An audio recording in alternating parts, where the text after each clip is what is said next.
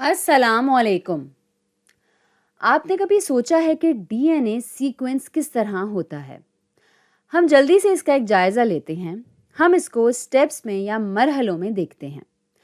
पहला है कि आपने सैंपल लिया या नमूना नमूना लिया जिसकी आपको सीक्वेंसिंग करनी है और आपने इस्तेमाल किया पीसीआर सैंपल को एम्प्लीफाई करने के लिए। ऐसा करने से डीएनए के बहुत सारे फ्रैगमेंट्स आपको मिल जाते हैं।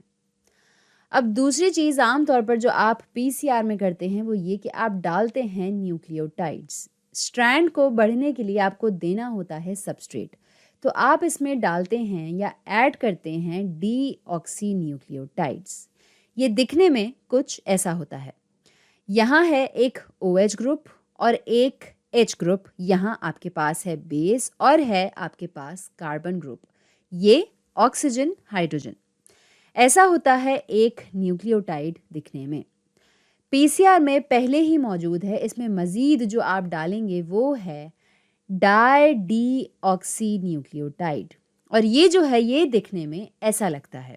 एक वाहिद फ़र्क जो है इससे वो है इस हाइड्रोजन का और ये ऑक्सीजन जो है वो यहाँ नहीं है। अब और जो ये करता है वो ये कि अगर ये डाई डी ऑक्सी न्यूक्लियोटाइड, इसको हम डीडीएनटीपी भी कहते हैं, अगर ये इस बढ़ते हुए स्ट्रैंड में शामिल हो जाए, चूँकि यहाँ ऑक्सीजन ग्रुप मौजूद नहीं है तो ये स्ट्रैंड जो है वो मज़ीद नहीं बढ़ सकता। तो यहाँ पर स्ट्रैंड एलोंगेशन जो है वो रुक जाएगी जैसे ही ये डीडीएनटीपी आ जाएगा इसमें। तो अब आप यहाँ क्या कर सकते हैं? आप ये कर सकते हैं कि आप मुख्तलिफ डाई डी ऑक्सी न्यूक्लियोटाइड्स को लेबल कर सकते हैं मुख्तलिफ रंगों से। तो मिसाल के तौर पर हमारे पास 4 मुख्तलिफ ऑप्शंस हैं। हम सारे जीज़ को नीला कर दें, सारे एज़ को लाल करें, सारे टीज़ को हरा करें और सीज़ को ऑरेंज करें। अब आपके पास ये मुख्तलिफ डाई डी ऑक्सी न्यूक्लियोटाइड्स जो हैं मुख्तलिफ रंगों में मौजूद हैं, इनको आपने लेबल कर दिया है और ये ग्रोइंग स्ट्रैंड में आते जा रहे हैं। और चूंकि पीसीआर में ये काबिलियत है कि वो लाखों के लाखों डीएनए फ्रैगमेंट्स बना सकता है, तो ऐसे में आपके पास मुख्तलिफ लेंथ्स या लंबाइयों के स्ट्रैंड्स होंगे मौजूद। यहाँ एक मिसाल देखते हैं।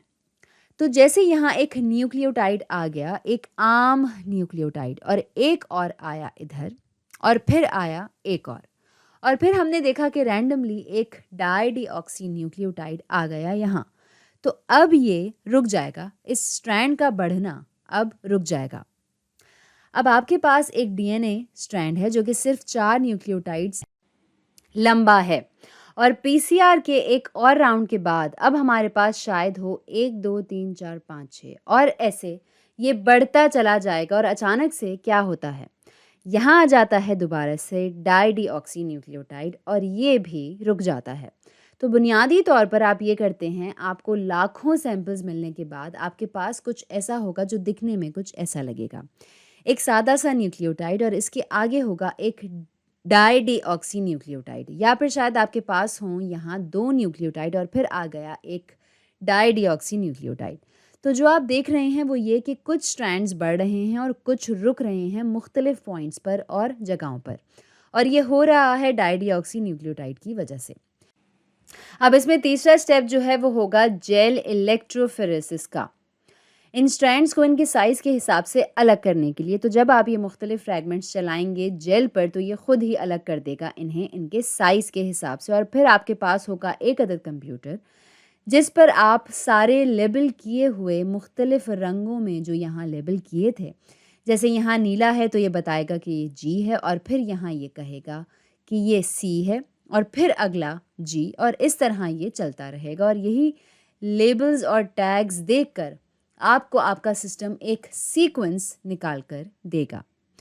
तो ये है एक जायज़ा कि किस तरह डीएनए की सीक्वेंसिंग करती है काम। तो आज के लिए इतना ही।